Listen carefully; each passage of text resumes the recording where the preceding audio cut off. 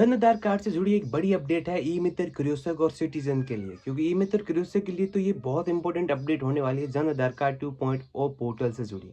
ये अपडेट आखिर क्या है? अपडेट ये है कि जब भी हम जन आधार कार्ड के अंदर करेक्शन करते थे, करेक्शन के अंदर जैसे मान लो बैंक अकाउंट अपडेट हो गया या कास्ट कास्ट अपडेट होगी या फिर मोबाइल नंबर अपडेट हो गया या एक्सेट्रा जो भी ऑप्शन हमें अपडेट करना होता था जन आधार कार्ड के अंदर।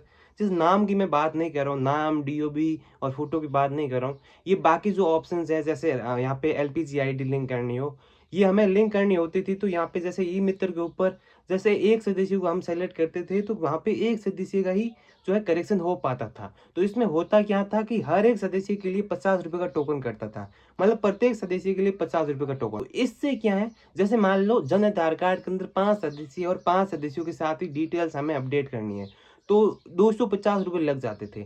लेकिन अब इसका जो है समाधान कर दिया गया है। आप एक सदस्य को सेलेक्ट करोगे, एक को ऑथेंटिकेट करोगे, तो आप मल्टीपल सदस्यों को जो है एडिट कर पाओगे, उनके अंदर करेक्शन कर पाओगे। ये आप सभी के लिए एक बड़ी अपडेट है।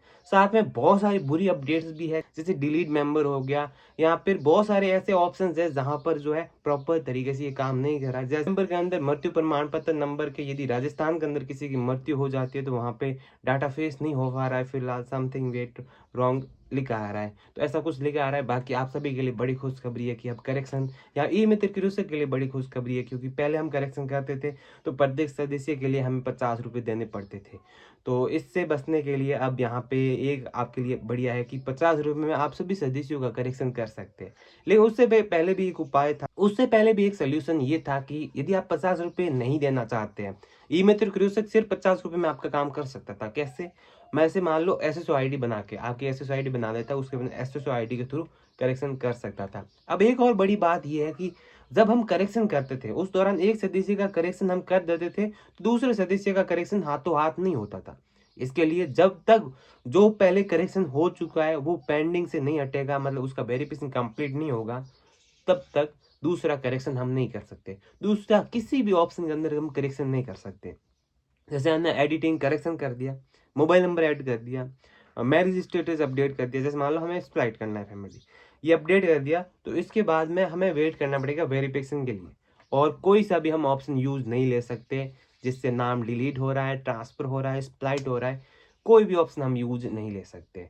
फैमिली ई केवाईसी कर सकते, बाकी कोई भी ऑप्शन आप इस्तेमाल नहीं कर सकते। तो यहाँ पे यही है कि जब भी आप करेक्शन करवाए तो एक साथ ही करेक्शन कर, इंतजार करने की कोई जरूरत नहीं है।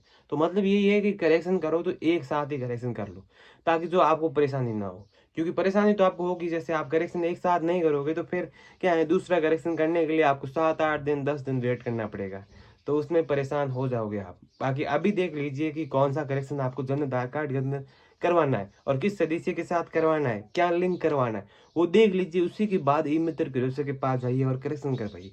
और आपने अपनी एसएसओ आईडी से भी करेक्शन, लेकिन आप ई मित्र से करेक्शन करवाते हो तो प्रॉपर तरीके से आपका करेक्शन।